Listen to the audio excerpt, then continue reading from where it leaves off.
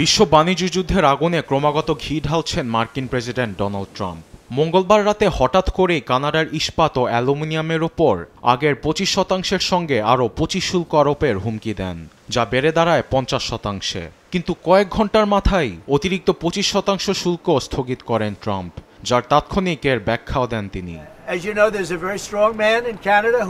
আমাদের দেশে কানাডার যে বিদ্যুৎ রপ্তানি হয় তার উপর 25% শুল্ক আরোপের কথা ছিল। তবে দেশটির প্রধানমন্ত্রী আমাকে ফোনে জানান বিদ্যুতের শুল্ক আরোপ হচ্ছে না, যা আমাদের জন্য খুবই ভালো। অটোয়া সিদ্ধান্ত থেকে সরে এসেছে বলে আমরা অতিরিক্ত 25% আদেশ স্থগিত করেছি।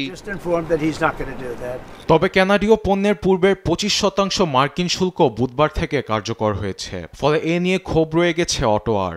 ফলে শুল্ক আরোপের বদলে যুক্তরাষ্ট্রের সরাসরি তেল রপ্তানি বন্ধের হুঁশিয়ারি দিয়েছেন কানাডীয় জ্বালানি মন্ত্রী জোনাথন উইলকিনসন। এ তালিকায় আছে খনিজ সম্পদও। আমাদের থেকে ওয়াশিংটন যেসব পণ্য আমদানি করে সেগুলোর উপর বিধিনিষেধ আরোপ করব। আমাদের কাছ থেকে যুক্তরাষ্ট্র না কিনতে পারলে চীনের কাছে শরণাপন্ন হওয়া ছাড়া যুক্তরাষ্ট্রের আর কোনো পথ থাকবে না। শুল্ক আরোপের শুরুটা হয় ট্রাম্প প্রশাসনের হাত ধরেই। এ নিয়ে হতাশ কানাডাবাসী। ট্রাম্পের এইসব পদক্ষেপে আমরা হতাশ।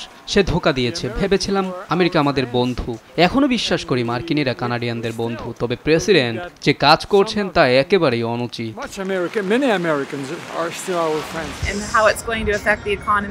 অতি শুল্কের কারণে বিশ্ব অর্থনীতিতে ধাক্কা লেগেছে।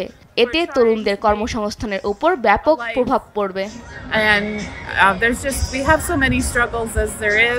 ভবিষ্যতে প্রতিবেশী যুক্তরাষ্ট্রের ভ্রমণ বা কর্মসংস্থানের খোঁজে না যাওয়ারও পরিকল্পনা করছেন কানাডীয়রা।